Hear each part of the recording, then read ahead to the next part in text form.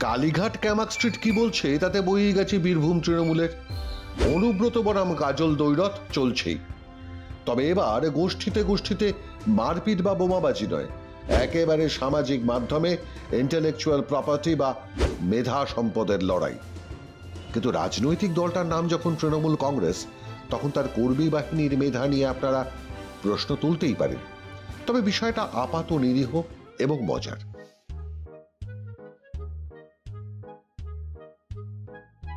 কৃত্রিম বুদ্ধিমত্তাকে কাজে লাগিয়ে নিজের নেতাকে বাঘ হিসেবে দেখাতে চেয়েছিলেন অনুব্রত অনুগামী আমিনুল। ব্যাস, আর যায় কোথায়? ভাইরাল বীরভূমের বাঘ। বীরভূমের তরুণ তৃণমূলে হইচই। অনুব্রতর অনুগামীরা যখন এসব করছেন, তখন কাজল শেখের অনুগামীরা পিছিয়ে থাকেন কেন? ফলে বোলপুরের বদলা এবার নানুরে।